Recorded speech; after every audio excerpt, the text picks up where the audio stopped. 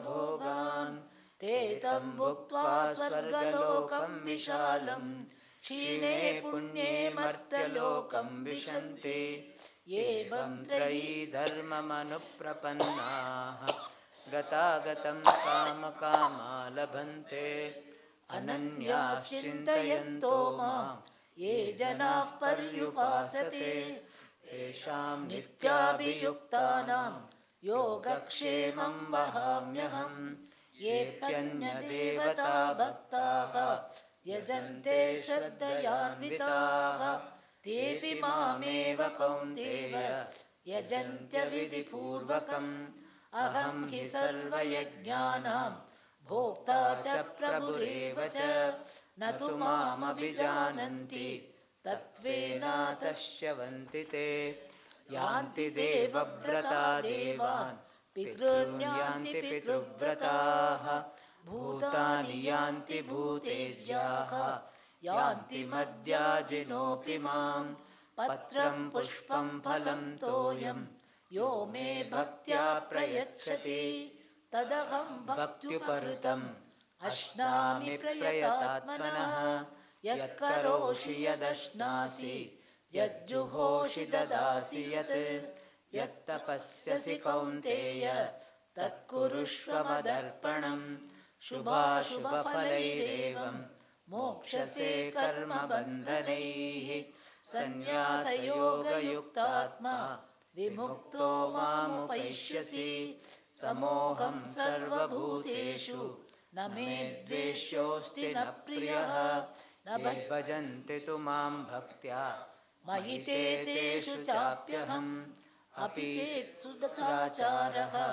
भजते मामनन्यभाक् साधुरेव समन्तव्यः सम्यग् व्यवसितो हि सः क्षिप्रं भवति धर्मात्मा शाश्वतशान्तिं निगच्छति कौन्तेय प्रतिजानीहि न मे भक्तः प्रणश्यति मां हि पार्थव्यपाश्रित्य येऽपि स्युः पापयोनयः त्रिजो वैश्यास्तथा शूद्राः तेऽपि यान्ति परां गतिं किं पुनर्ब्रह्मणः पुण्याः भक्ता राजर्षयस्तथा अनित्यमसुखं लोकम् इमं प्राप्य भवस्व मां मन्मना भव मद्भक्तः मद्याजी मां नमस्कुरु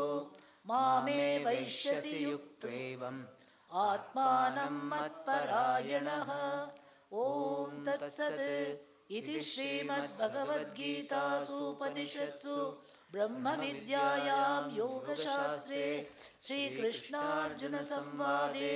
राजविद्या राजगुह्यो योगो नाम नवमोऽध्यायः। न तद्भासयते सूर्यः न शशाङ्को न पावकः यद्गत्वा न निवर्तन्ते तद्धाम परमं मम। ॐ श्री भगवद्गीताचार्याय नमः। नवमाध्यायान्ते कर्पूरनीराजनं सन्दर्शयामि रक्षान् धारयामि।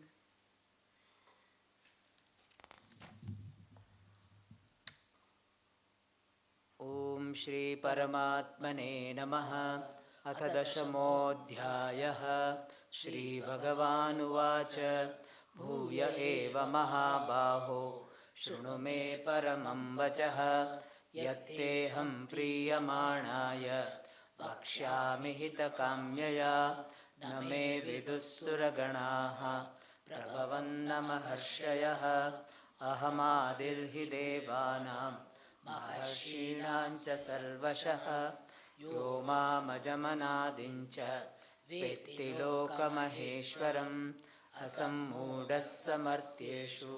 सर्वपापैः प्रमुच्यते बुद्धिर्ज्ञानमसम्मोहः क्षमा सत्यं दमः शमः सुखदुःखं भवो भावः भयं चाभयमेव च अहिंसा समता तुष्टिः तपोदानं यशो यशः भवन्ति भावा भूतानां मत्त एव पृथग्विदाः महर्षय ऋषयः सप्त पूर्वे चत्वारो मनवस्तथा मद्भावा मानसा जाताः येषां लोक इमाः प्रजाः एतां विभूतिं योगञ्च मम यो वेत्ति तत्त्वतः सोऽविकम्पेन योगेन युज्यते नात्र संशयः अहं सर्वस्य प्रभवः मत्तः सर्वं प्रवर्तते इति मत्वा भजन्ते मां बुधा भावसमन्विताः मच्चित्ता मद्गतः प्राणाः बोधयन्तः परस्परं कथयन्तश्च मां नित्यं तुष्यन्ति च रमन्ति च तेषां सततयुक्तानां भजतां प्रीतिपूर्वकं ददामि बुद्धियोगं तं येन मामुपयान्ति ते तेषामेवानुकम्पार्थम् अहमज्ञानजन्तमः नाशयाम्यात्मभावस्थः ज्ञानदीपेन भास्वता। अर्जुन उवाच परं ब्रह्म परं धाम पवित्रं परमं भवान् पुरुषं शाश्वतं दिव्यम् आदिदेवमजं विभुम् आहुस्त्वयं ऋषयः सर्वे देवर्षिर्नारदस्तथा असितो देवलो व्यासः स्वयं चैव ब्रवीषि मे सर्वमेतद्वृतं मन्ये यन्मां वदसि केशव न हि ते भगवन् व्यक्तिं विदुर्देवानदानवाः स्वयमेवात्मनात्मानं वेत्तत्वं पुरुषोत्तम भूतभावनभूतेश देवदेव जगत्पते वक्तुमर्हस्य शेषेण दिव्या ह्यात्मविभूतयः याभिर्विभूतिभिर्लोकान् इमास्त्वं व्याप्य तिष्ठसि कथं विद्यामहं योगिन् त्वां सदा परिचिन्तयन् केषु केषु च भावेषु चिन्तयोऽसि भगवन्मया विस्तरेणात्मनो योगं विभूतिं च जनार्दन भूयः कथय तृप्तिर्हि शृण्वतो नास्ति मे मृतम्। श्रीभगवानुवाच हन्त ते कथयिष्यामि दिव्या ह्यात्मविभूतयः प्राधान्यतः कुरु श्रेष्ठ नास्त्यन्तो विस्तरस्य मे अहमात्मा गुडाकेश सर्वभूताशयस्थितः अहमादिश्च मध्यं च भूतानामन्त एव च आदित्यानामहं विष्णुः ज्योतिषां रविरंशुमान् मरीचिर्मरुतामस्मि नक्षत्राणामहं शशि वेदानां सामवेदोऽस्मि देवानामस्मि वासवः इन्द्रियाणां मनश्चास्मि भूतानामस्मि चेतना रुद्राणां शङ्करश्चास्मि वित्तेषो यक्षरक्षसां वसूनां पावकश्चास्मि मेरुशिखरिणामयं पुरोदसाञ्च मुख्यं मां विद्धि पार्थ बृहस्पतिं सेनानीनामहं स्कन्दः सरसामस्मि सागरः महर्षीणां भृगुरहं गिरामस्मेकमक्षरं यज्ञानां जपयज्ञोऽस्मि स्थावराणां हिमालयः अश्वत्थः सर्ववृक्षाणां देवर्षीणां च नारदः गन्धर्वाणां चित्ररथः सिद्धानां कपिलो मुनिः उच्चैश्रवसमश्वानां विद्धि माममृतोद्भवम् ऐरावतं गजेन्द्राणां नराणां च नराधिपम् आयुधानामहं वज्रं धेनूनामस्मि कामधुक् प्रजनश्चास्मि कन्दर्पः सर्पाणामस्मि वासुकिः अनन्तश्चास्मि नागानां वरुणो यदादसामहं पितॄणामर्यमा चास्मि ಯಮಃ ಸಂಯಮತಾಮಹಂ ಪ್ರಹ್ಲಾದಶ್ಚಾಸ್ಮಿ ದೈತ್ಯಾನಾಂ ಕಾಲಃ ಕಲಯತಾಮಹಂ ಮೃಗಾಣಂ ಚ ಮೃಗೇಂದ್ರೋಹಂ ವೈನತೇಯಶ್ಚ ಪಕ್ಷಿಣಾಂ ಪವನಃ ಪವತಾಮಸ್ಮಿ ರಾಮಃ ಶಸ್ತ್ರಭೃತಾಮಹಂ ಜಷಾಣಾಂ ಮಕರಶ್ಚಾಸ್ಮಿ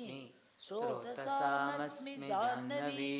ಸರ್ಗಾಣಾಮಾದಿರಂತಶ್ಚ ಮಧ್ಯಂ ಚೈವಾಹಮರ್ಜುನ ಅಧ್ಯಾತ್ಮವಿದ್ಯಾ ವಿದ್ಯಾನಾಂ ವಾದಃ ಪ್ರವದತಾಮಹಂ ಅಕ್ಷರಾಣಾಮಕಾರೋಸ್ಮಿ ದ್ವಂದ್ವಃ ಸಾಮಾಸಿಕಸ್ಯ ಚ ಅಹಮೇವಾಕ್ಷಯಃ ಕಾಲಃ ದಾತಾಹಂ ವಿಶ್ವತೋ ಮುಖಃ ಮೃತ್ಯುಃ ಸರ್ವಹರಶ್ಚಾಹಂ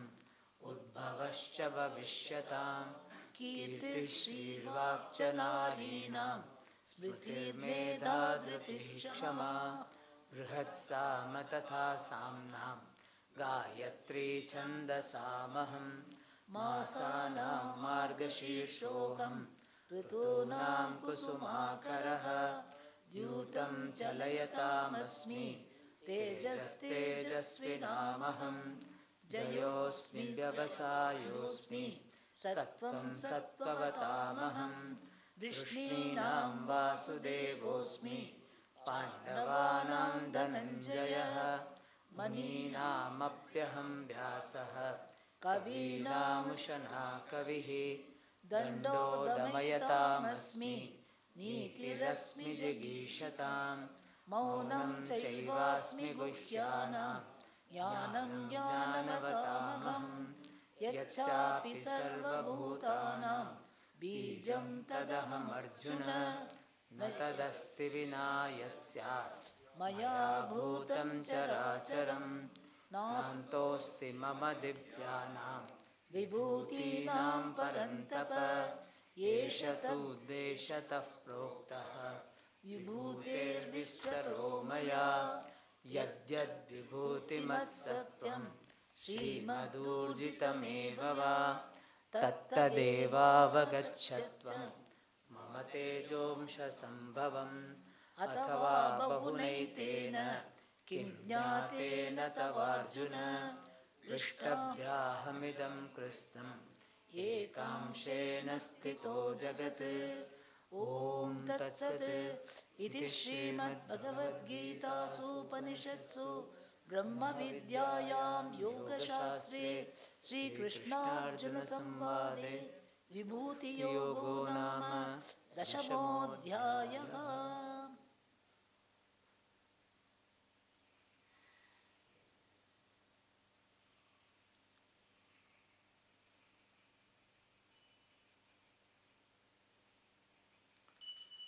ನ ತದ್ಭಾಸಯತೆ ಸೂರ್ಯಃ ನ ಶಶಾಂಕೋ ನ ಪಾವಕಃ ಯದ್ಗತ್ವಾ ನ ನಿವರ್ತನ್ತೆ ತದ್ಧಾಮ ಪರಮಂ ಮಮ. ಓಂ ಶ್ರೀ ಭಗವದ್ಗೀತಾಚಾರ್ಯಾಯ ನಮಃ. ದಶಮಾಧ್ಯಾಯಾಂತೆ ಕರ್ಪೂರನೀರಾಜನಂ ಸಂದರ್ಶಯಾಮಿ ರಕ್ಷಾನ್ ಧಾರಯಾಮಿ. ಓಂ ಶ್ರೀ ಪರಮಾತ್ಮನೇ ನಮಃ. ಅಥೈಕಾದಶೋऽಧ್ಯಾಯಃ. ಅರ್ಜುನ ಉವಾಚ ಮದನುಗ್ರಹಾಯ ಪರಮಂ ಗುಹ್ಯಮಧ್ಯಾತ್ಮಸಂಜ್ಞಿತಂ ಯತ್ತ್ವಯೋಕ್ತಂ ವಚಸ್ತೇನ ಮೋಹೋऽಯಂ ವಿಗತೋ ಮಮ. ಭವಾಪ್ಯಯೌ ಹಿ ಭೂತಾನಾಂ ಶ್ರುತೌ ವಿಸ್ತರಶೋ ಮಯಾ ತ್ವತ್ತಃ ಕಮಲಪತ್ರಾಕ್ಷ ಮಾಹಾತ್ಮ್ಯಮಪಿ ಚಾವ್ಯಯಂ. ಏವಮೇತದ್ಯಥಾರ್ಥತ್ವಂ ಆತ್ಮಾನಂ ಪರಮೇಶ್ವರ ದ್ರಷ್ಟುಮಿಚ್ಛಾಮಿ ತೇ ರೂಪಂ ಐಶ್ವರಂ ಪುರುಷೋತ್ತಮ. ಮನ್ಯಸೇ ಯದಿ ತಚ್ಛಕ್ಯಂ ಮಯಾ ದ್ರಷ್ಟುಮಿತಿ ಪ್ರಭೋ. ಯೋಗೇಶ್ವರ ತತೋ ಮೇ ತ್ವಂ ದರ್ಶಯಾತ್ಮಾನಮವ್ಯಯಂ. ಶ್ರೀಭಗವಾನುವಾಚ ಪಶ್ಯ ಮೇ ಪಾರ್ಥರೂಪಾಣಿ ಶತಶೋಥಸಹಸ್ರಶಃ. ನಾನಾವಿಧಾನಿ ದಿವ್ಯಾನಿ ನಾನಾವರ್ಣಾಕೃತೀನಿ ಚ. पश्यादित्यान् वसून् रुद्रान् अश्विनौ मरुतस्तथा बहून्यदृष्टपूर्वाणि पश्याश्चर्याणि भारत इहैकस्थं जगत्कृत्स्नं पश्याद्य सचराचरं मम देहे गुडाकेश यच्चान्यद्द्रष्टुमिच्छसि न तु मां शक्यसे द्रष्टुम् अनेनैव स्वचक्षुषा दिव्यं ददामि ते चक्षुः पश्य मे योगमैश्वरम् संजय उवाच एवमुक्त्वा ततो राजन् महायोगेश्वरो हरिः दर्शयामास पार्थाय परमं रूपमैश्वरम् अनेकवक्त्रनयनम् अनेकाद्भुतदर्शनम् अनेकदिव्याभरणम् दिव्यानेकोयदायुधम् दिव्यमाल्याम्बरधरम्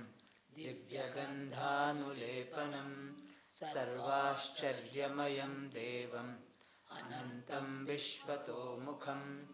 दिवि सूर्यसहस्रस्य भवेद्युगपदुत्थिता यदि भाससदृशी सा स्यात् भासस्तस्य महात्मनः तत्रैकस्थं जगत्कृत्स्नं प्रविभक्तमनेकधा अपश्यद्देवदेवस्य शरीरे पाण्डवस्तदा ततः स विस्मयाविष्टः हृष्टरोमा धनञ्जयः प्रणम्य शिरसा देवं कृताञ्जलिरभाषत अर्जुन उवाच पश्यामि देवांस्तव देवदेहे सर्वांस्तथा भूतविशेषसङ्गान् ब्रह्माणमीशं कमलासनस्थं ऋषींश्च सर्वानुरगांश्च दिव्यान् अनेकबाहूधरवक्त्रनेत्रं पश्यामि त्वां सर्वतोऽनन्तरूपं नान्तं न मध्यं न पुनस्तवादिं पश्यामि विश्वेश्वर विश्वरूप किरीटिनं गदिनं चक्रिणं च तेजोराशिं सर्वतो दीप्तिमन्तं पश्यामि त्वां दुर्निरीक्ष्यं समन्तात् दीप्तानलार्कद्युतिमप्रमेयं त्वमक्षरं परमं वेदितव्यं त्वमस्य विश्वस्य परन्निधानं त्वमव्ययः शाश्वतधर्मगोप्ता सनातनस्त्वं पुरुषो मतो मे अनादिमध्यान्तमनन्तवीर्यम् अनन्तबाहुं शशिसूर्यनेत्रं पश्यामि त्वां दीप्तहुताशवक्त्रं स्वतेजसा विश्वमिदं तपन्तं द्यावा पृथिव्योरिदमन्तरं हि व्याप्तं त्वयैकेन दिशश्च सर्वाः दृष्ट्वाद्भुतं रूपमुग्रं तवेदं लोकत्रयं प्रव्यथितं महात्मम् अमीहि त्वां सुरसङ्घा विशन्ति केचिद्भीताः प्राञ्जलयो गृह्णन्ति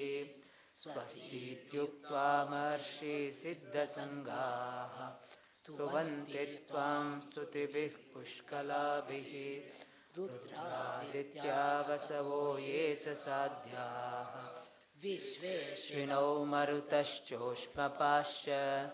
गन्धर्वयक्षासुरसिद्धसङ्घाः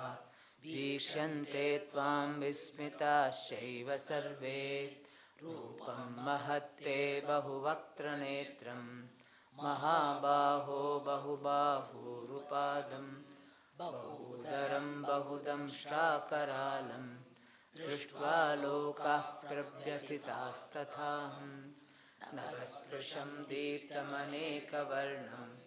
व्यात्ताननं दीप्तविशालनेत्रं दृष्ट्वा हि त्वां प्रव्यथितान्तरात्मा धृतिं न विन्दामि शमं च विष्णो दंष्ट्राकरालानि च ते मुखानि दृष्ट्वैव कालानलसन्निभानि दिशो न जाने न लभे च शर्म प्रसीद देवेश जगन्निवास अमी च त्वां धृतराष्ट्रस्य पुत्राः सर्वे सहैवावनिपालसङ्गैः भीष्मो द्रोणः सूतपुत्रस्तथासौ सहास्मदीयैरपि योधमुख्यैः वक्त्राणि ते त्वरमाणा विशन्ति दंष्ट्राकरालानि भयानकानि केचित् विलग्ना दशनान्तरेषु सन्दृश्यन्ते चूर्णितैरुत्तमाङ्गैः यथा नदीनां बहवोऽम्बुवेगाः समुद्रमेवाभिमुखा द्रवन्ति तथा तवामी नरलोकवीराः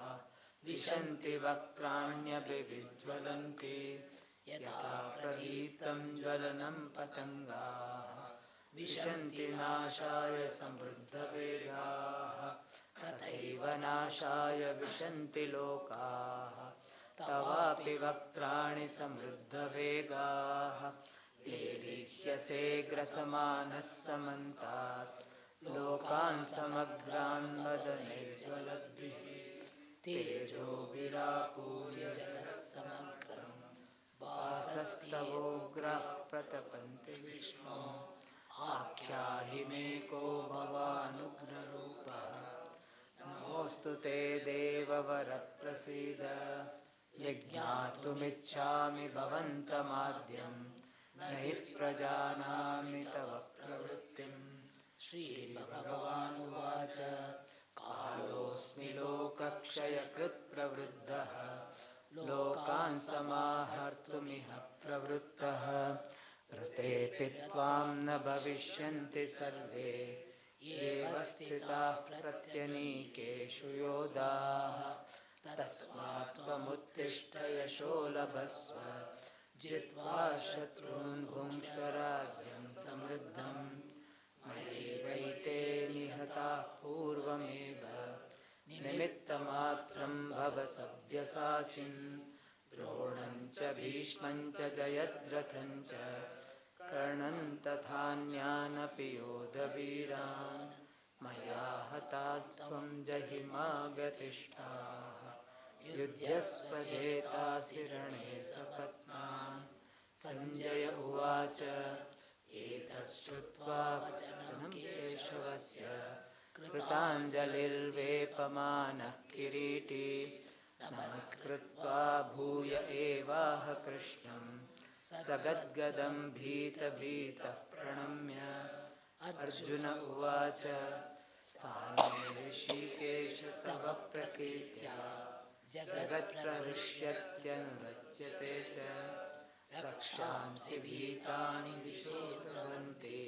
सर्वे नमस्यन्ति च सिद्धसङ्घाः कस्माच्च तेन न मेरन्महात्मन् गरीयसे ब्रह्मणोऽप्यादिकर्त्रे अनन्तदेवेश जगन्निवास त्वमक्षरं सदसत्तत्परं यत् त्वमादिदेवः पुरुषः पुराणः त्वमस्य विश्वस्य परं निधानं वेत्तासि वेद्यं च परं च धाम त्वया ततं विश्वमनन्तरूप वायुर्यमोऽग्निर्वरुणः शशाङ्कः प्रजापतिस्त्वं प्रपितामहश्च नमो नमस्ते सहस्रकृत्वः पुनश्च भूयोऽपि नमो नमस्ते नमः पुरस्तादथ पृष्ठतस्ते नमस्तु ते सर्वत एव सर्व अनन्तवीर्यामितविक्रमस्त्वं सर्वं समाप्नोषि ततोऽसि सर्वः सखेति मत्वा प्रसभं यदुक्तं हे कृष्ण हे यादव हे सखेति अजानता महिमानं तवेदं मया प्रमादात् प्रणयेन वापि यच्चावहासार्थमकृतोऽसि विहारशय्यासनभोजनेषु एकोऽथवाप्यच्युत तत्समक्षं तच्छामये त्वामहमप्रमेयं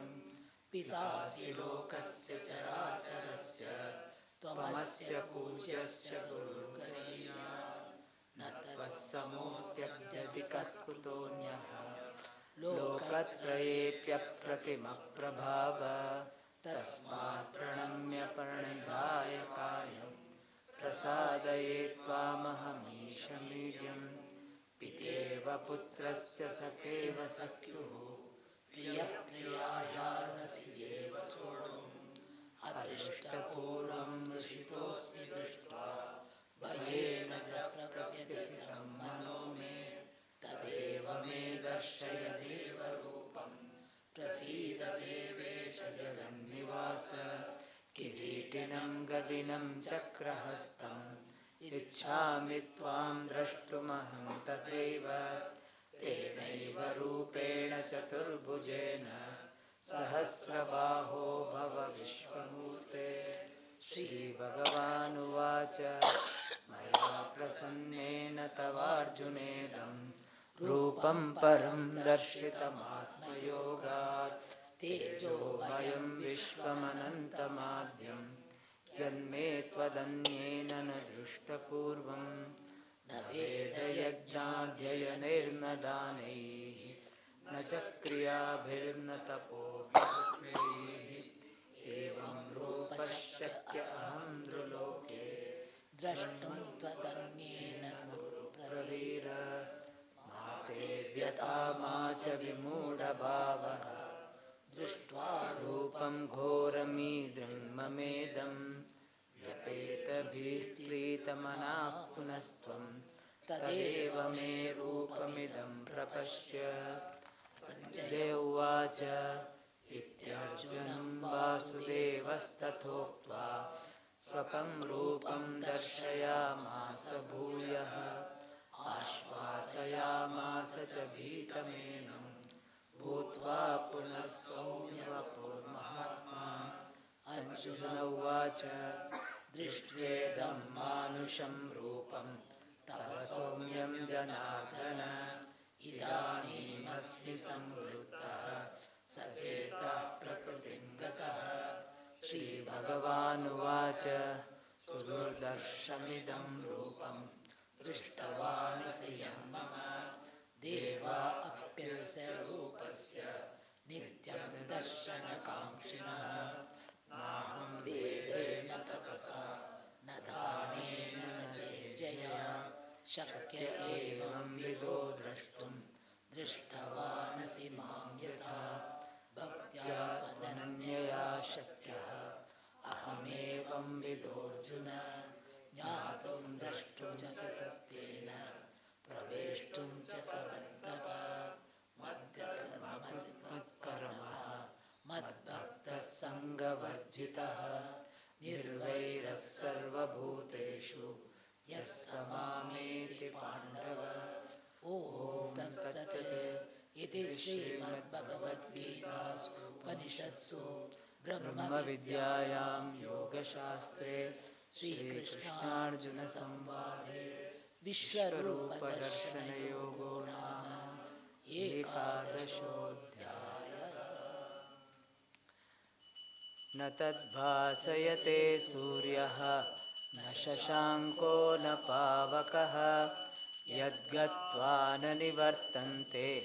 तद्धाम परमं मम। ओम श्री भगवद्गीताचार्याय नमः। एकादशाध्यायान्ते कर्पूरनीराजनं सन्दर्शयामि, रक्षान् धारयामि। Sweet or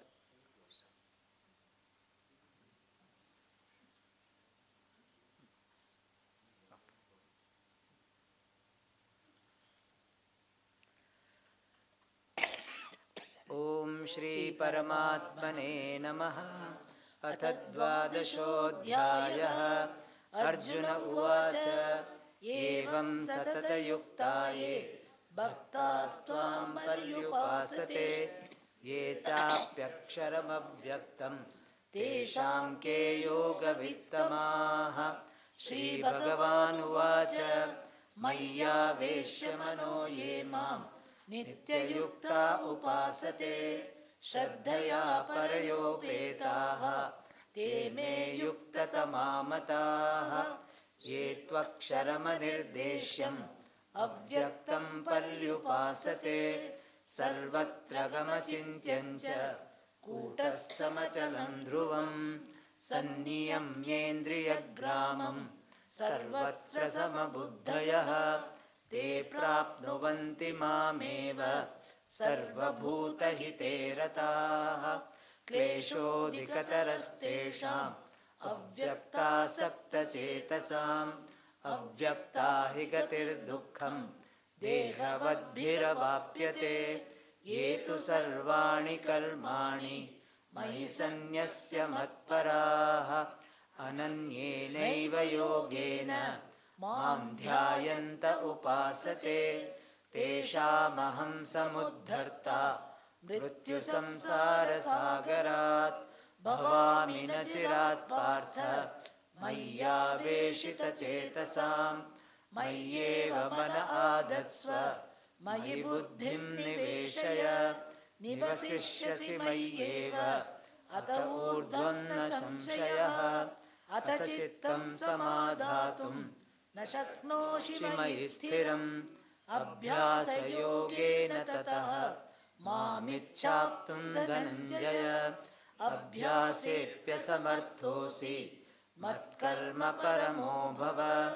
मदर्थमपि कर्माणि कुर्वन् सिद्धिमवाप्स्यसि अथैतदप्यशक्तोऽसि कर्तुं मद्योगमाश्रितः सर्वकर्मफलत्यागं ततः कुरु यतात्मवान् श्रेयो हि ज्ञानमभ्यासात् ज्ञानाध्यानं विशिष्यते ध्यानात् कर्मफलत्यागः त्यागात् शान्तिरनन्तरम् अद्वेष्टा सर्वभूतानां मैत्रः करुण एव च निर्ममो निरहङ्कारः समदुःखसुखः क्षमी सन्तुष्टः सततं योगी यतात्मा दृढनिश्चयः मय्यर्पितमनो बुद्धिः यो मद्भक्तः स मे प्रियः यस्मान्नो द्विजते लोकः लोकान्नो द्विजते च यः हर्षामर्षभयोद्वेगैः मुक्तो यः स च मे प्रियः अनपेक्षशुचिर्दक्षः उदासीनो गतव्यतः सर्वारम्भपरित्यागी यो मद्भक्तः स मे प्रियः यो न हृष्यति न द्वेष्टि न शोचति न काङ्क्षति शुभाशुभपरित्यागी भक्तिमान् यः स मे प्रियः समः शत्रौ च मित्रे च यथा मानापमानयोः शीतोष्णसुखदुःखेषु समः सङ्गविवर्जितः तुल्यनिन्दास्तुतिर्मौनी सन्तुष्टो येन केनचित् अनिकेतस्थिरमतिः भक्तिमान् मे प्रियो नरः ये तु धर्म्यामृतमिदं यथोक्तं पर्युपासते श्रद्दधाना मत्परमाः भक्तास्तेतीव मे प्रियाः ॐ तत्सत् इति श्रीमद्भगवद्गीतासूपनिषत्सु ब्रह्मविद्यायां योगशास्त्रे श्रीकृष्णार्जुनसंवादे भक्तियोगो नाम 12ोऽध्यायः। न तद्भासयते सूर्यः न शशाङ्को न पावकः यद्गत्वा न निवर्तन्ते तद्धाम परमं मम।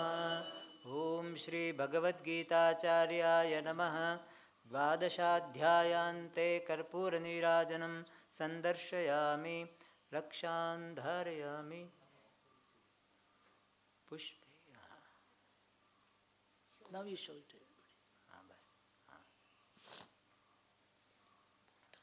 ॐ श्री परमात्मने नमः। अथ त्रयोदशोऽध्यायः। श्रीभगवानुवाच इदं शरीरं कौन्तेय क्षेत्रमित्यभिधीयते एतद्यो वेत्ति तं प्राहुः क्षेत्रज्ञ इति तद्विदः क्षेत्रज्ञं चापि मां विद्धि सर्वक्षेत्रेषु भारत क्षेत्रक्षेत्रज्ञयोर्ज्ञानं यत्तज्ज्ञानं मतं मम तत्क्षेत्रं यच्च यादृच्च यद्विकारि यतश्च यत् स च यो यत्प्रभावश्च तत्समासेन मे शृणु ऋषिभिर्बहुधा गीतं छन्दोभिर्विविधैः पृथक् ब्रह्मसूत्रपदैश्चैव हेतुमद्भिर्विनिश्चितैः महाभूतान्यहङ्कारः बुद्धिरव्यक्तमेव च इन्द्रियाणि दशैकञ्च पञ्चचेन्द्रियगोचराः इच्छाद्वेषं सुखं दुःखं सङ्घातश्चेतना धृतिः एतत्क्षेत्रं समासेन सविकारमुदाहृतम् अमानित्वमदम्भित्वम् अहिंसा क्षान्तिरार्जवम् आचार्योपासनं शौचं स्थैर्यमात्मविनिग्रहः इन्द्रियार्थेषु वैराग्यम् अनहङ्कार एव च जन्म मृत्युजरा व्याधि दुःखदोषानुदर्शनम् असक्तिरनभिष्वङ्गः पुत्रदारगृहादिषु नित्यं च समचित्तत्वम् इष्टानिष्टोपपत्तिषु मयि चानन्ययोगेन भक्तिरव्यभिचारिणी विविक्तदेशसेवित्वम् अरतिर्जनसंसदि अध्यात्मज्ञाननित्यत्वम् तत्त्वज्ञानार्थदर्शनम् एतज्ज्ञानमिति प्रोक्तम् अज्ञानं यदतोऽन्यथा ज्ञेयं यत्तत् प्रवक्ष्यामि यज्ञात्वा